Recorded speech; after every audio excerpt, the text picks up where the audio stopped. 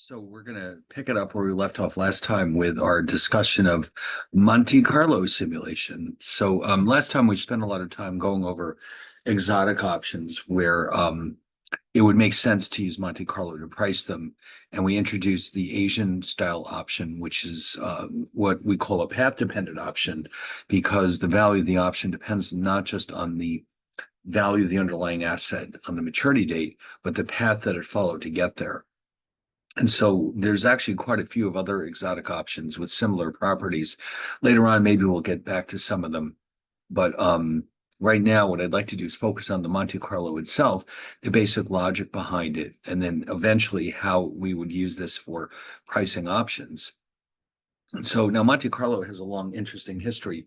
The name supposedly came from physicists that were working on the Manhattan Project during World War II, where apparently they were using Monte Carlo simulation to simulate the paths of subatomic particles. And apparently one day, one of the physicists watched what was going on, and he said, you know, what we're doing here reminds me of the casinos in Monte Carlo.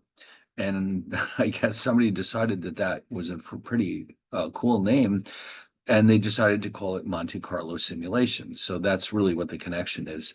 The idea that simulation reminded the physicists there of gambling. Okay, but the name stuck, and so we now call it Monte Carlo simulation. And so it has a lot of potential applications in many different fields, but it's particularly useful in cases where there may not be a whole lot of market data available, and that we're willing to live with some assumptions about whatever it is that we're trying to do or trying to model, that is. And so here we're focusing our attention on options based on very unusual, let's say, who have unusual features and where there's very little market data. You know, the thing is about options is they don't really trade as often as, let's say, stocks. Not really, because you know, not everybody uses options, whereas many people hold stocks. Options are a much more complex security, of course. So a very large number of people don't have any options in their portfolio. They often are used by professional traders, portfolio managers, whatever. So the volume of trading is quite a bit lower, which means that there's a lot less market prices available. In fact, there are some options that don't trade very often at all. They can get through an entire day or two or week even without trading even once. So that does make things very difficult as far as pricing them goes. So Monte Carlo is helpful in these cases because we don't need a lot of market data. What we do need is assumptions that we can live with. Now, of course, Monte Carlo is very flexible, but it also is horribly time consuming. And even now in this day and age with very powerful computers, if it weren't so time consuming, we'd probably see it used a lot more frequently, given how flexible it is. But it is quite a process. Okay. So it tends to be used for specialized circumstances like pricing exotic options, path-dependent options in particular, where lattice methods, they could be made to work, but this is a lot quicker and easier. At the same time, though, Monte Carlo doesn't lend itself particularly well to pricing American options.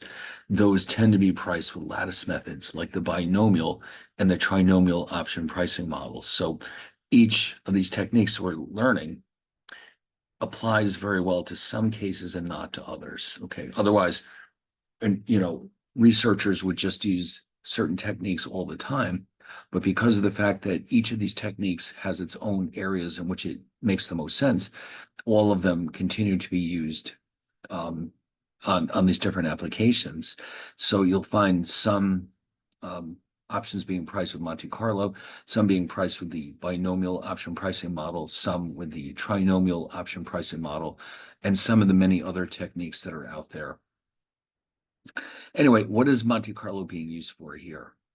Okay, well, we can use it for forecasting. We can use it to price complex derivatives, but also we can use it to estimate the Greeks, which are the risk measures associated with options. So there's a lot of possibilities here. And So, and of course, the other holdup, by the way, it's not just market prices. Sometimes we find that these very complex options, like Asian options, there do exist some types of models, but um, it's an open question how efficient those models really are. If you need speed to price an Asian option, you might turn to a closed form solution. Um, but if you want a more accurate price, you'll probably end up using Monte Carlo. So, it's if you really need that accuracy, then you're probably going to want Monte Carlo, even if it's more time consuming than a model of some kind. I think I mentioned this last time. There's a book on the market you can buy that has a large number of VBA models for options you would never dream actually could be priced with a model. For example, it has models for American options, it has models for Asian options, it has everything. But again, you have to ask yourself how accurate they really are. So, if you're looking for a good research project, you might want to find out how well these different models work on different options. So anyway, oh, and yes, you can see that Monte Carlo works well for path-dependent options, but also you do find options where their value depends on two underlying securities. Yes, they do. And so in fact, I'll tell you what, why don't we go back and open up that document we were looking at last time with exotic options. I would like you to see an example of this.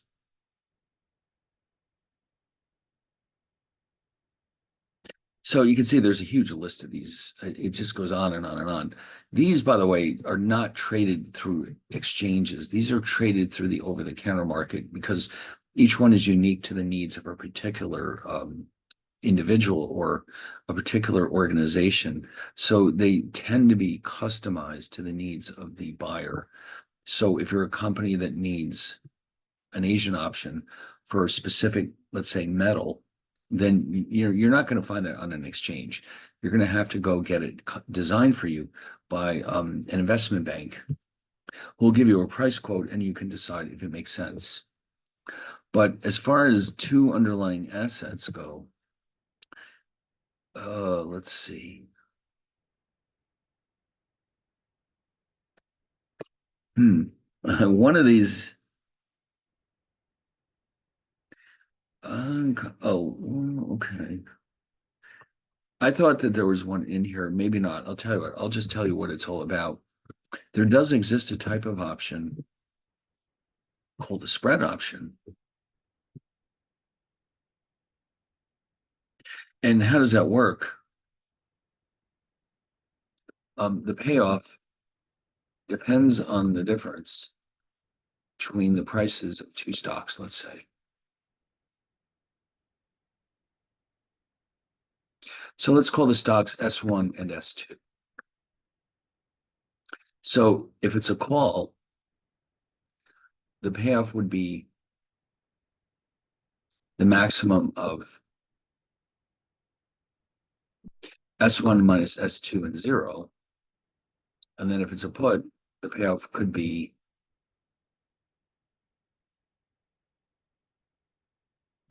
the maximum of S2 minus S1 or 0. Okay, so it's a little bit different than what we're used to seeing where the strike is fixed. And so what's interesting here is that we don't really care about the values of S1 and S2. What we care about is the difference between them. So if you buy the call,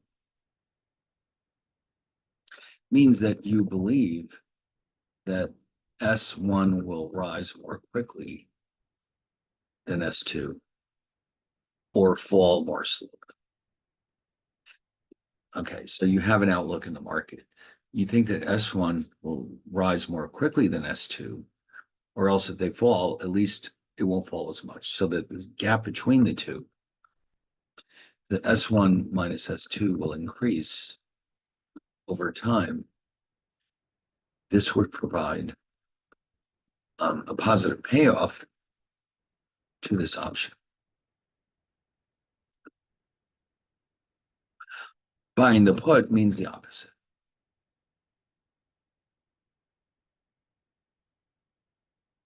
means that you believe that S2 will rise more quickly than S1 or fall more rapid. Sorry, more slowly.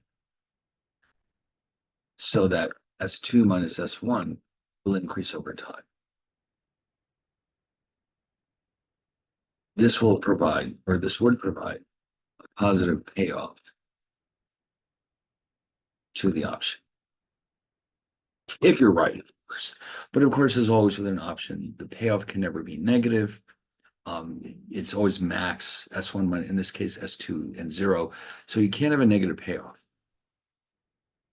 But, so what happens here then is that these options depend on two underlying variables: the prices of S1 and S2.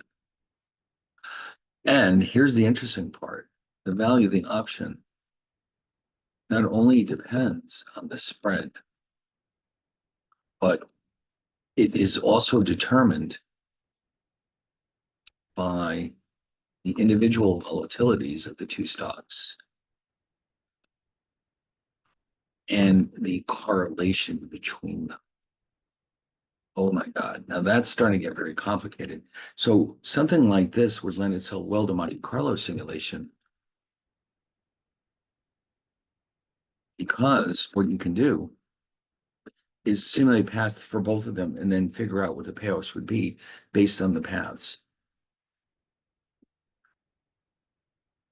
Since a path can be generated for each stock, and then a path of differences would be calculated from those two paths.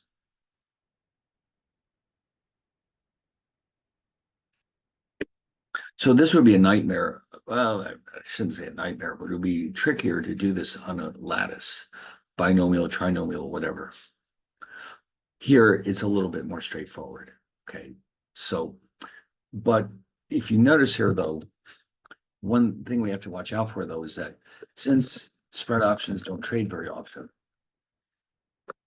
we don't really have a lot of market prices. The accuracy of this approach depends on being able to accurately estimate the volatilities of the two stocks and the correlation between them. And correlations are notoriously difficult to model properly, because part of it is because you're looking at two variables that don't trade a whole lot, so we don't have a ton of data. Correlations can be very volatile, and estimating them can be very difficult when there's little market data, especially because the two of them aren't necessarily moving at the same time. So anyway, look at it. This is going to be a challenge, but Monte Carlo is probably your best bet, because if you're willing to live with the assumptions that you have an accurate volatility for each stock, the correlation, then you can feel free to go ahead and simulate this with paths, as opposed to looking for that very rare market change in the market price. What tends to happen, and part of the reason for this too, is because with exotic options, there is usually very little trading activity, if any, because what's happening is that, remember, this thing is being customized for that individual user. So there's no real reason for them to try to sell it to somebody else. I mean, it could happen, but the chances of finding somebody else who needs that same option are pretty remote. It's kind of like buying a customized car where you chose everything that only you would want, and then trying to sell it. You're not likely to find somebody else who wants what you want, and so you might be able to sell it, but at a much reduced price. So with these in particular, there's very little trading activity, as they tend to be customized.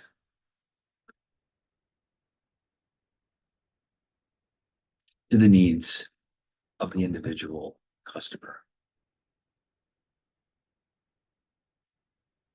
So, these big brokerage houses, the Goldman Sachs of the world, they will have a team of people whose only job is to design options for customers, depending on what their needs are, and then figure out the appropriate price.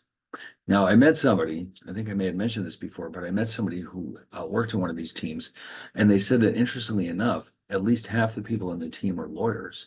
Because when you set up an option like this, what you're really doing is setting up a contract between the brokerage house and the customer.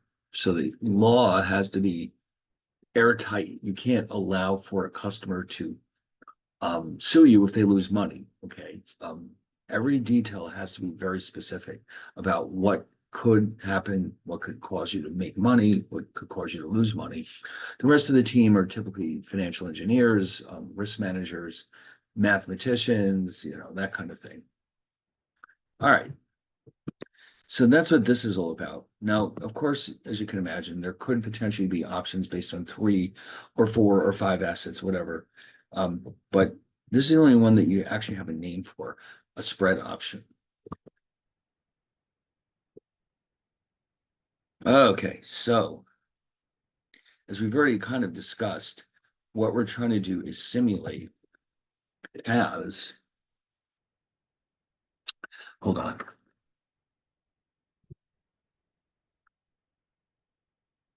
So in other words, here's a case where you've got a stock.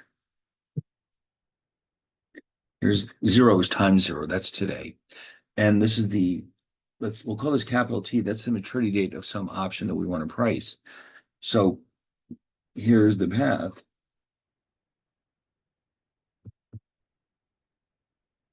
And so let's say this is a call and this is the strike price.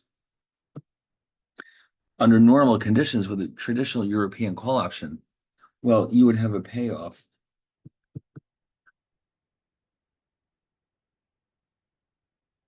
of ST, max ST minus K0. And this is, by the way, the interesting part here is that all that matters, if this is a European option, the entire history of this path is irrelevant. All that matters is where are we on the final day of trading. So not so with path-dependent options. It matters enormously whether we got there from this path or maybe this path.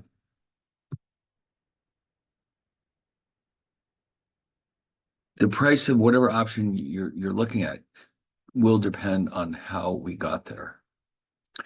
Now, I'll tell you what, I was just thought of an interesting example that I should mention right now because you'll see why the path matters so much with some of these exotic options. There exists a type of option, and you'll wonder how anybody could have thought of this when I tell you.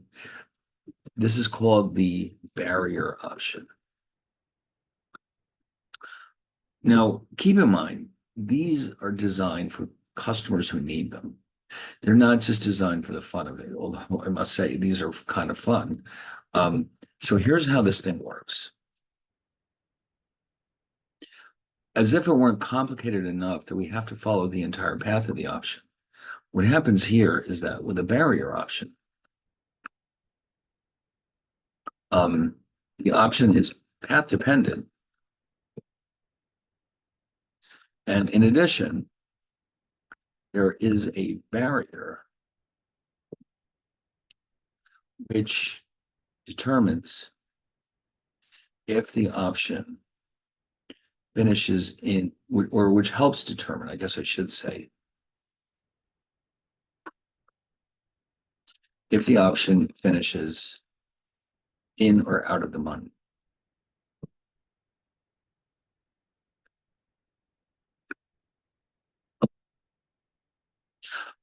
So what does that mean? All right, so let me show you an example of this.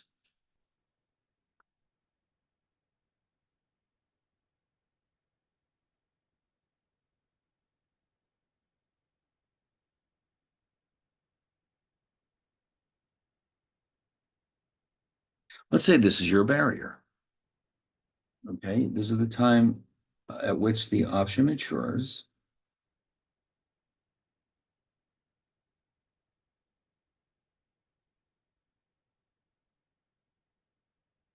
And there's two different paths.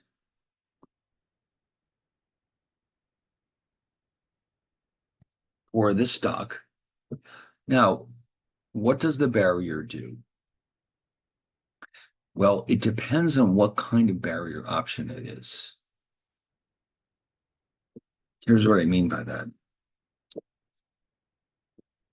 The barrier option can be structured in one of two ways.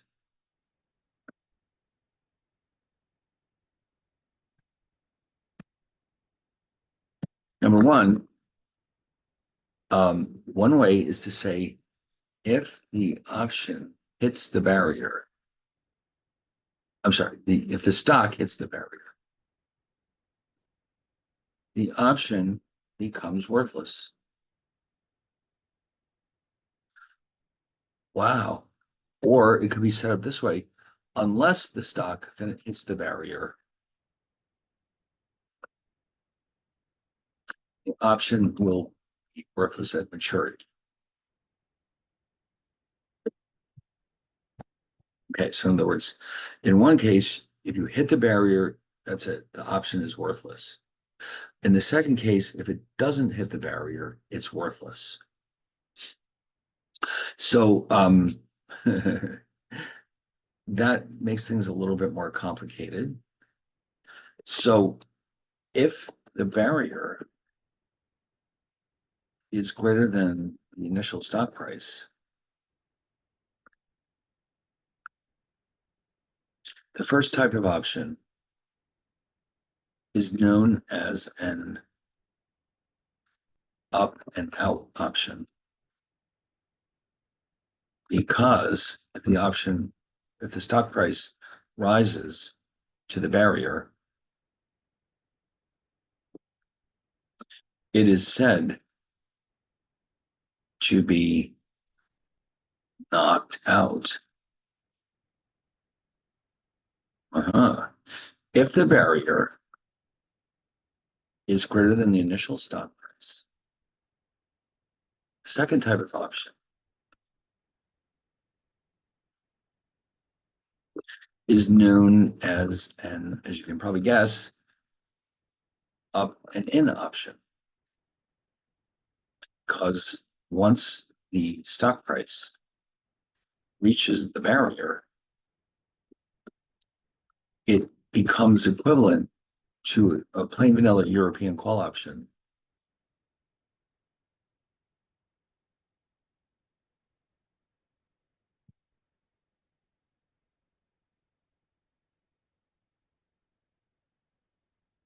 I.e., it is knocked in.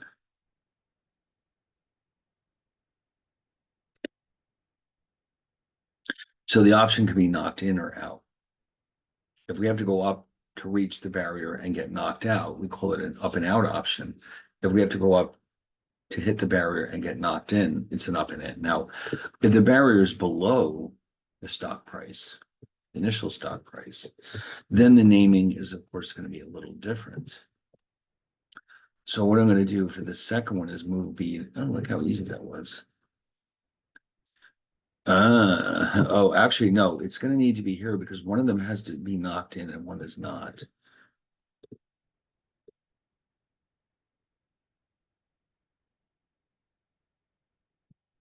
That's better.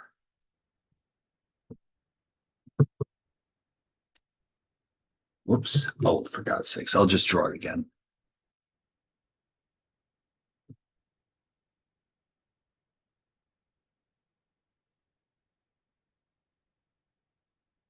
So the barrier is here now.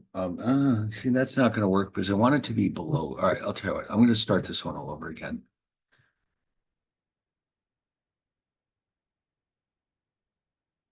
By the way, this is going to be what we're seeing here is important because I'm going to actually have you do as your very first assignment, pricing one of these barrier options with Monte Carlo. You'll see it's not as hard as it looks. So Here's the other case that I want you to see.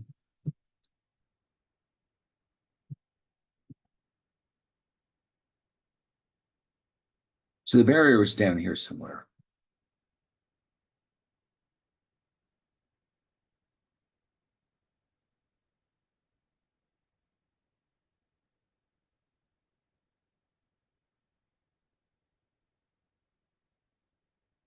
Oops, no, I messed up the notation. Hold on.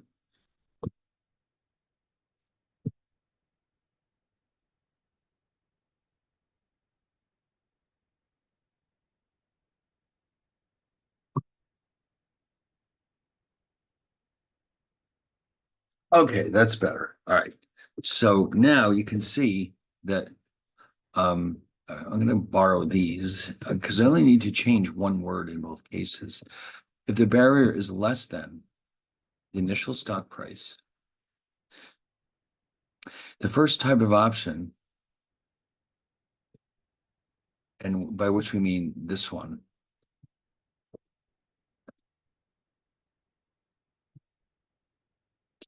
the one where if it hits the barrier, it becomes worthless.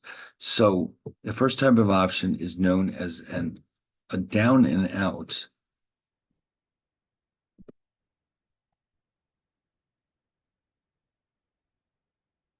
Because you have to go down to be knocked out. Because the price falls to the barrier, it becomes worthless. It's knocked out. If the barrier is less than the initial price, the second type, this one, is known as a down and in. Because once the stock price reaches the barrier, it is an equivalent to a plain vanilla European call, and it is therefore knocked in. Okay. So there's four possibilities.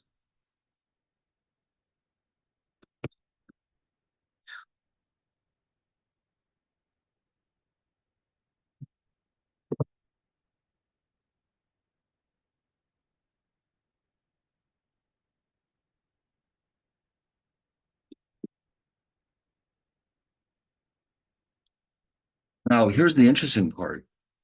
Um, a portfolio consisting of an up and in and up and out. Whoops. Up and in. Let's try that again. And up and out option has a total value equal to the price, the Black-Scholes price of a plain vanilla European call, the same strike price, asset, and time to maturity. Why is that? This is because the option will either be knocked in or knocked out. It can't be both, but it has to be one of them. This means that one of these options have the same value as a European call option, and the other will be worthless. So they have to add up to the same as European call. Now, we can say the same thing for the downs.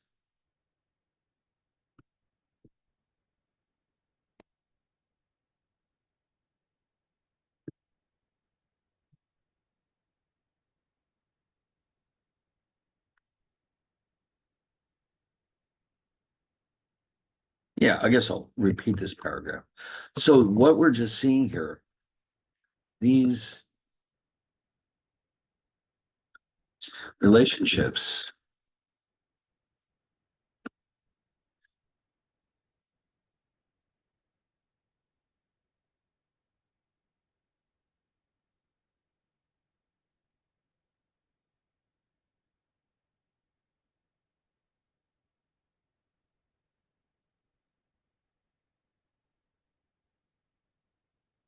so called are known as in-out parity. It's kind of an interesting idea, in-out parity, the idea that if you have two options that are equivalent, except one is an in, one is an out, that means they must collectively have the same price as the equivalent European call option. Okay, so why does that matter? Because watch this. That being the case, we can show that an in either an up and in or an up and out by itself will be cheaper than the equivalent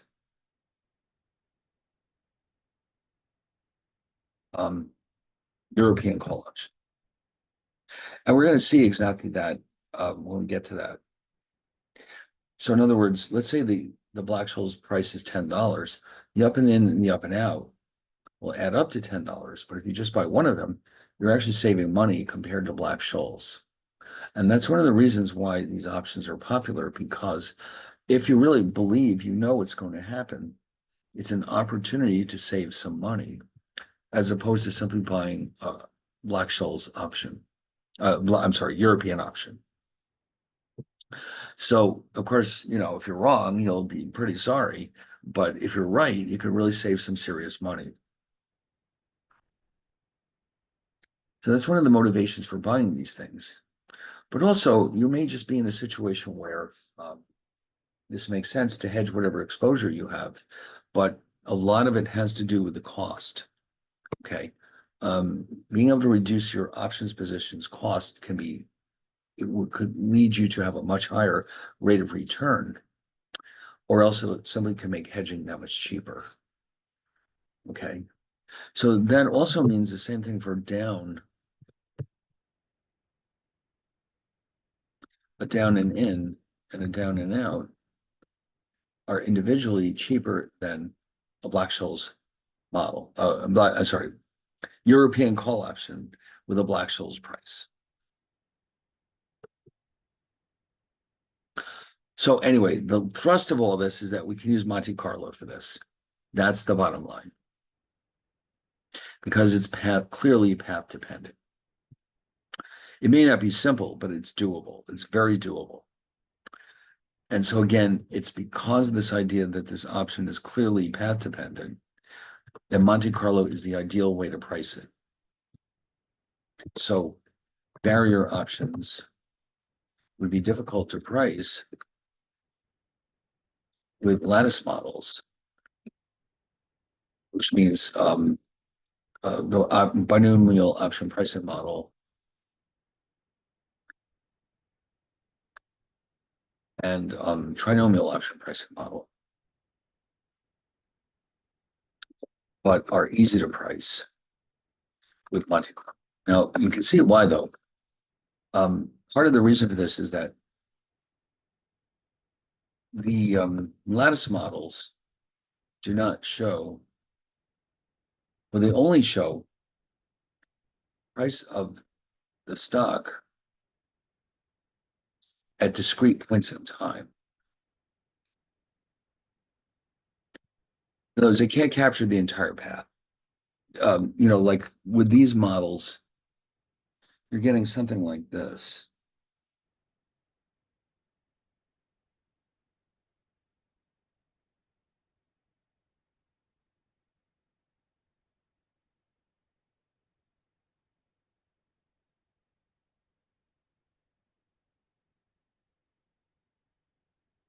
This kind of thing. And then with Monte Carlo, you're getting a smooth, continuous path. So here's the problem with the discrete model. What happens if I touch the barrier in here when I don't have a value on my tree? Well, I'm going to miss out on either the option being knocked in or knocked out. That can't happen over here because it goes through literally an infinite path of possibilities. So the problem with the lattice models here is that they could miss hitting the barrier, whereas over here on the right, that can't happen. So again, you can see, like I was saying before, some options work well with some models and not others.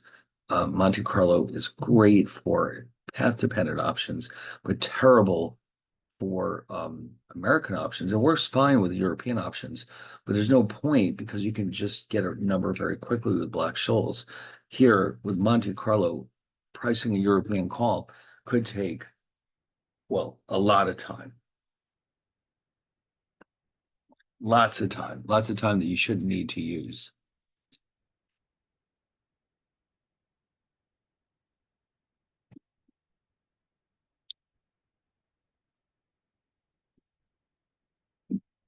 Okay, so this is the background that we need to understand. Actually, let me save this document for real fast. Where we're going, we're going to show how you would price something like this. And we can also see how you could adjust it for other complications. Yeah, I better save this real fast. You know what happens when you don't save your files.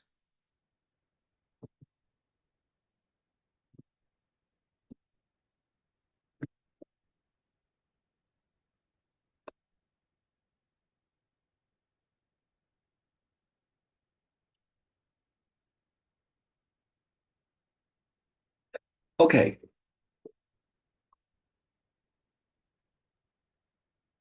By the way, you might find this hard to believe, but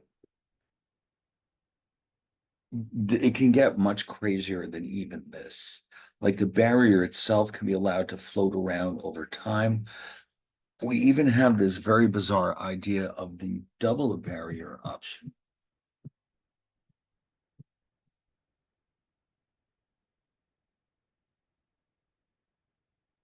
We've got two barriers. So you're saying, well, why would we want that? Well, it opens up a lot of possibilities. Could imagine, for example, that the payoff could be structured in several different ways.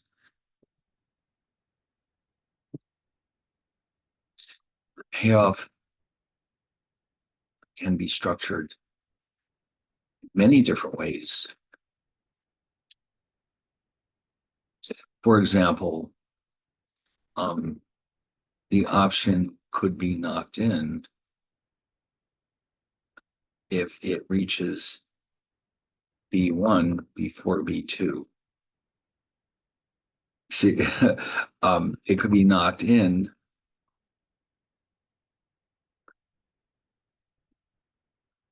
if it reaches B2 before B1. It could be knocked in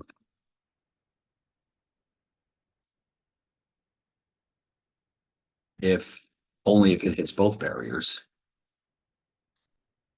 no matter when it is, that is.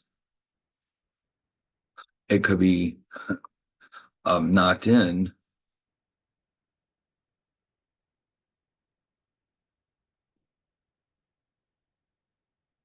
only if it avoids both barriers. And then you could say the same thing about knocked out. In other words, I could just rewrite these all with it out instead of the in. And quickly run through that. Now, you got it. I mean, this is where it starts to get really crazy. But some clients may want this. They need it for whatever reason. There's something about their business that requires this for their hedging. Maybe for some reason, they'll only make money if the price of the security or whatever it is they're selling stays within a narrow range. Like imagine that this is written on not a stock, but gold, and you're a gold dealer. And the thing that scares you to death is that gold prices will be very volatile or very stable.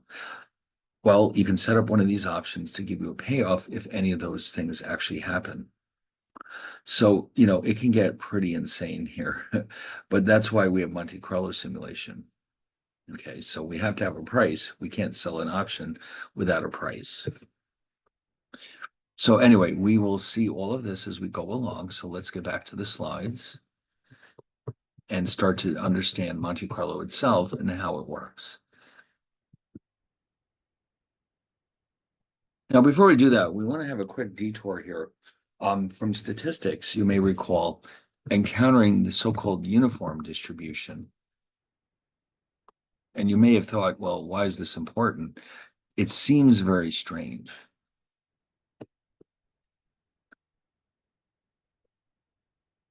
There's actually two versions of it. There's a discrete version and there's a continuous version. This is the continuous version. And basically what it's saying is that here we go. Here's X, whatever it is. Here's the probability of X. Here's some interval AB.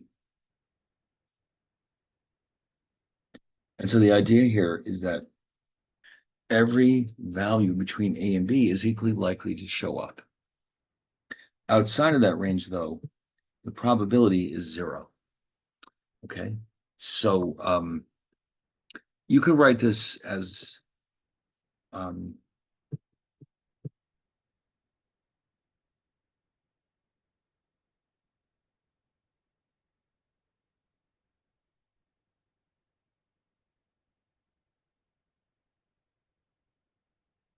something like this.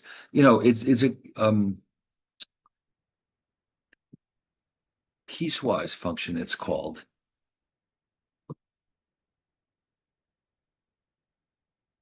This one has 3 pieces. Okay. So the range of possibilities. So notice there's an implicit 0 here on either side.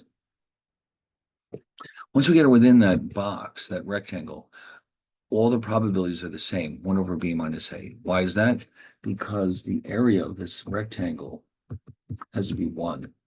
And so you know that the area of a rectangle is base times height.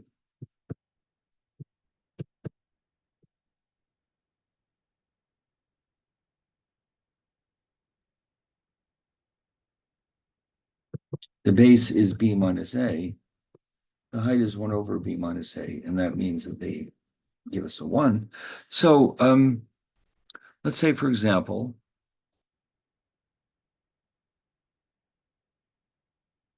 that let me think of a good example of this. Suppose that you discover that in this one city during a certain time of the year, that actually, I'm sorry, I labeled this wrong. It's x f of x. The temperature in this one city in October is equally likely to be somewhere between 40 and 60 degrees.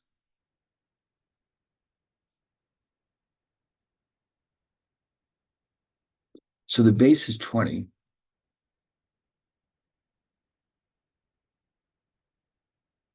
The height must be 1 over 20. So that the area is 1.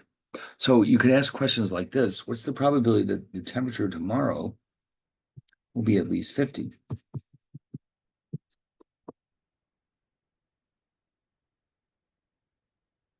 So basically what you're doing is you're calculating the shaded area in this rectangle. So the area, which is the base times the height, is 60 minus 50 times the height, which is 1 over 20, which is 10 over 20, which is a half. So that's how you calculate uniform probabilities. It's a continuous distribution, and we're interested in the areas under this rectangle. There's one special case, though, we need to mention. The case where the base or the distribution is defined over the interval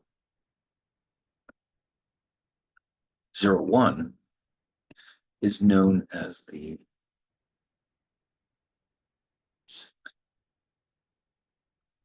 standard uniform distribution. And that's the one we're going to need Monte Carlo.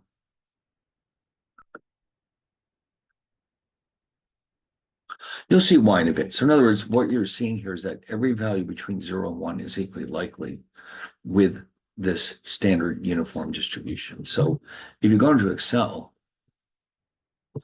you'll see that it has a function built into it. Oops.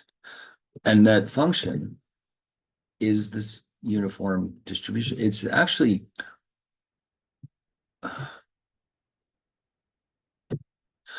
what the function does is it chooses a random number between 0 and 1 in such a way that each value is equally likely. So how does this work?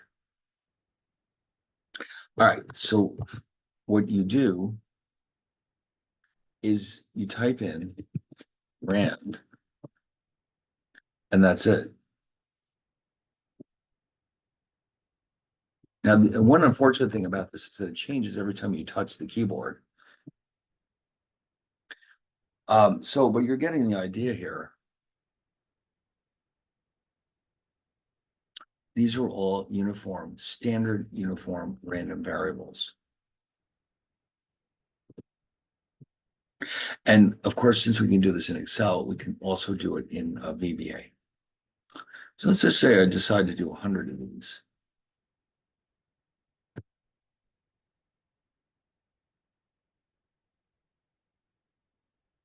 Now, how do you know, by the way, that these have the right statistical properties? All right, so let's go back and revisit the uniform distribution. So in general, we define the interval over which it is defined as A to B.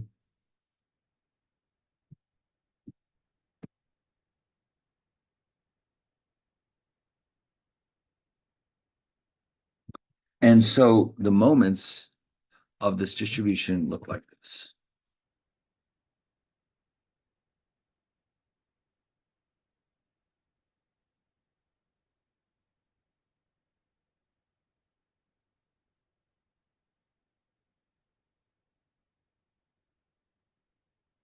The average of the two endpoints is the expected value.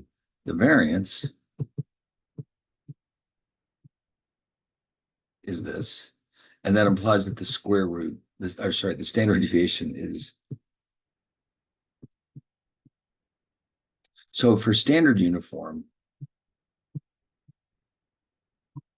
since A is 0,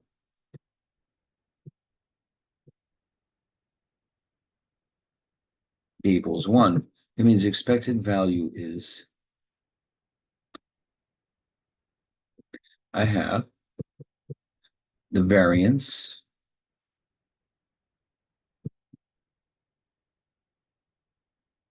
is a 12, and then this, of course, would be the square root of that, whatever that is. This is approximately 0.0833.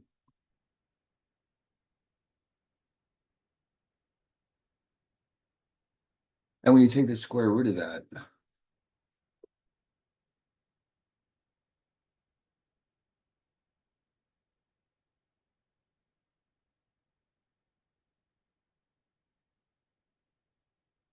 you'll get approximately,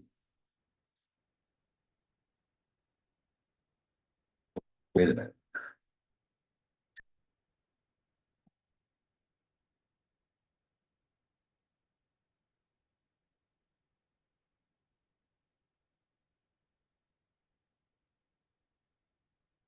2887. Let's see. So one way you can tell if your simulation is working well is let's come back here and see what our moments actually are.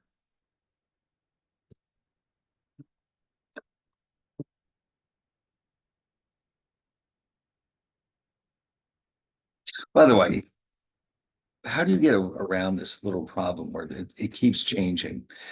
Here's what you can do. Select it, copy, paste special values. Problem solved. They're all constants now. They won't change ever again. All right. So the expected value is the average. Pretty close to a half. The variance.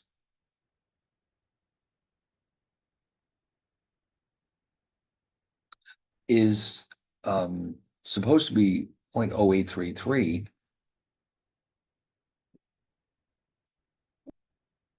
That's not so far off. And then the standard deviation, of course, is the square root here. So, even though we only have 100 observations, it looks pretty promising. Maybe this random uniform generator in Excel is doing a good job.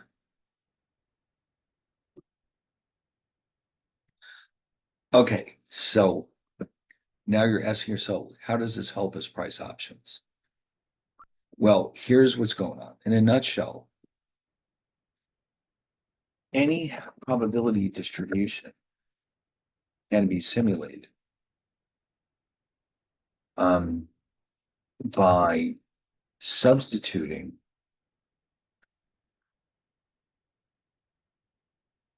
a value chosen from the standard uniform distribution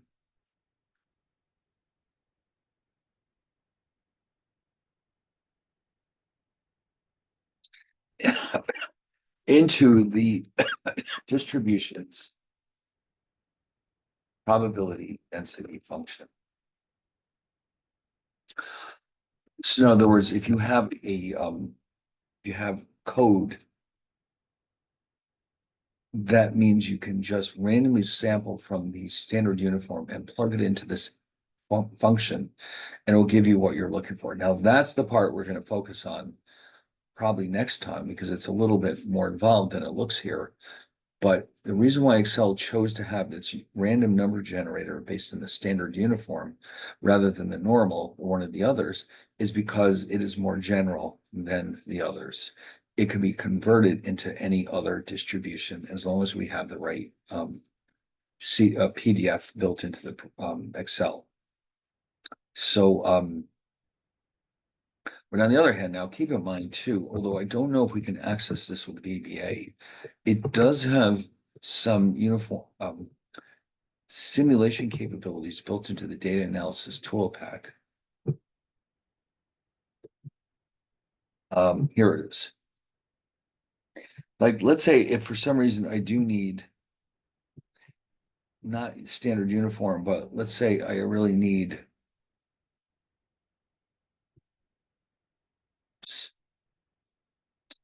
one variable, I need 100. This is discrete means discrete uniform, by the way. And I need them to be Poisson, let's say. It'll ask me for the appropriate values. And I'll say, all right, show me 100 Poisson random variables, and it will attempt to do that. We don't need this. As long if we have a function, the right function, we can do this ourselves, but we have to start with the standard uniform. So that yes, it sounds very messy, but that's exactly what we're about to do.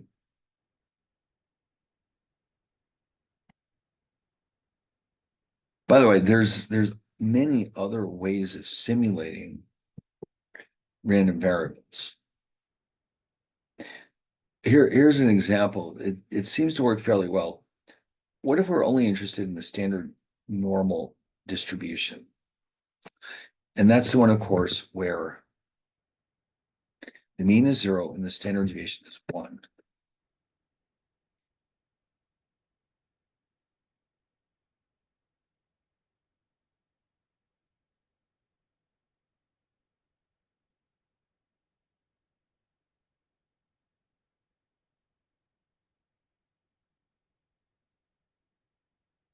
It turns out there's an equivalent way of doing this, although it is more time consuming.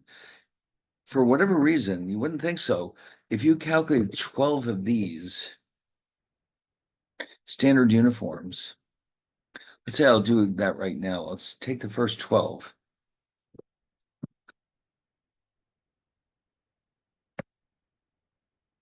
And then I subtract 6.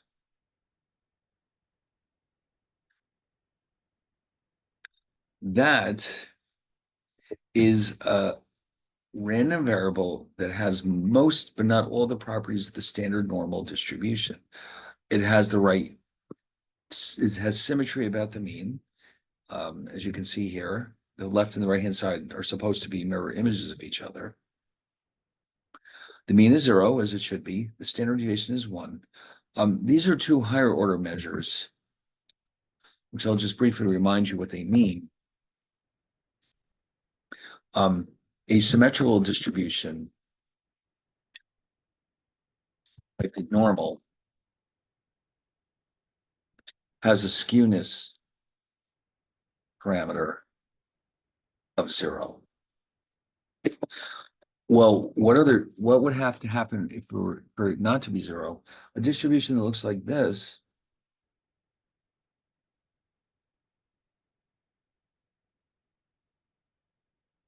actually, let me draw this a little differently.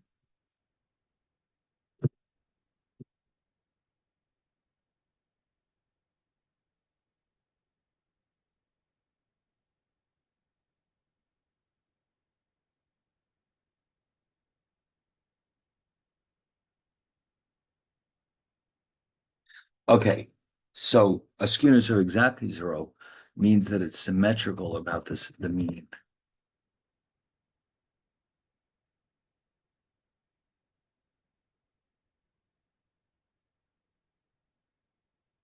And that's regardless of the mean. I shouldn't put a 0 there.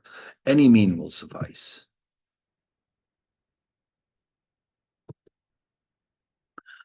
So that's skewness.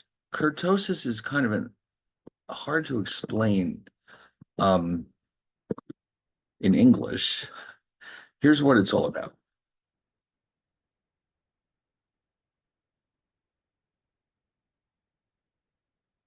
This is the normal. It could be any normal. Here, the kurtosis parameter is defined as 3. So what if we have something like this?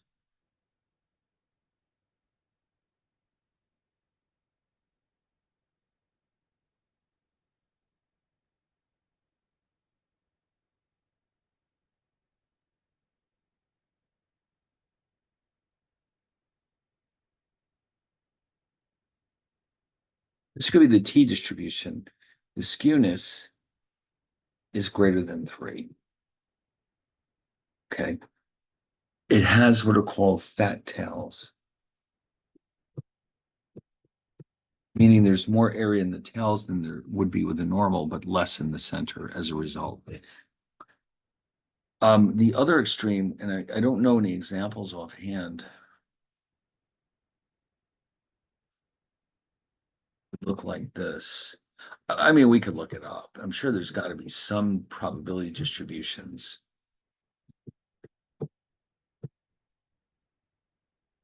Somebody's got one for us.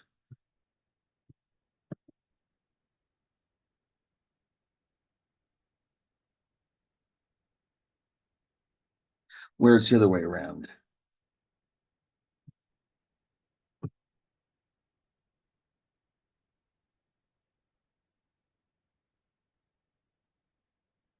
It's not perfect. We get the idea. So here we have a skewness which is less than 3. We call this case skinny tails. Less area in the tails, more in the center.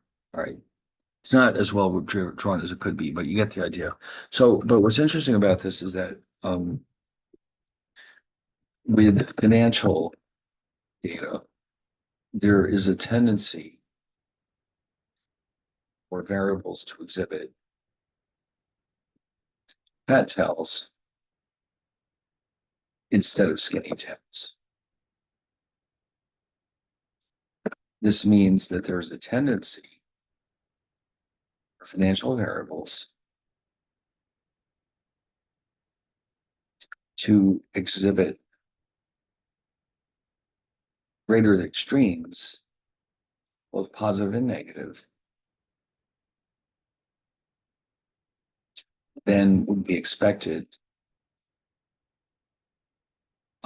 if these variables were normally distributed. Okay.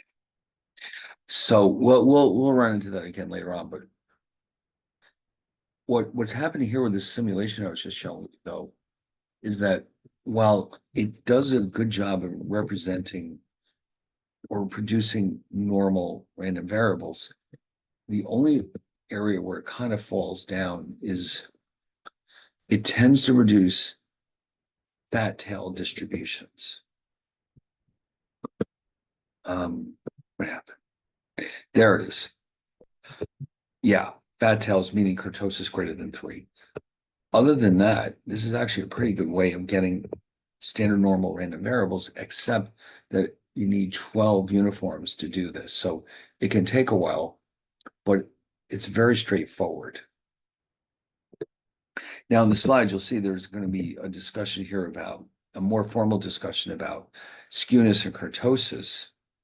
And then we can really kind of get to the heart of this, where we use the standard uniform to simulate any distribution we want, although often the one we want will be the normal.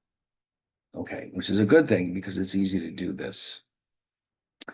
So I think this might be a good place to knock it off and take it from there next time, right? So, all right, so this sounds like a good place. So we'll get more deeply into this. We'll get at some point to do some Excel examples. We'll do some VBA, and you'll see it's a great topic. It's a lot of fun. So, all right, I'll see you next time.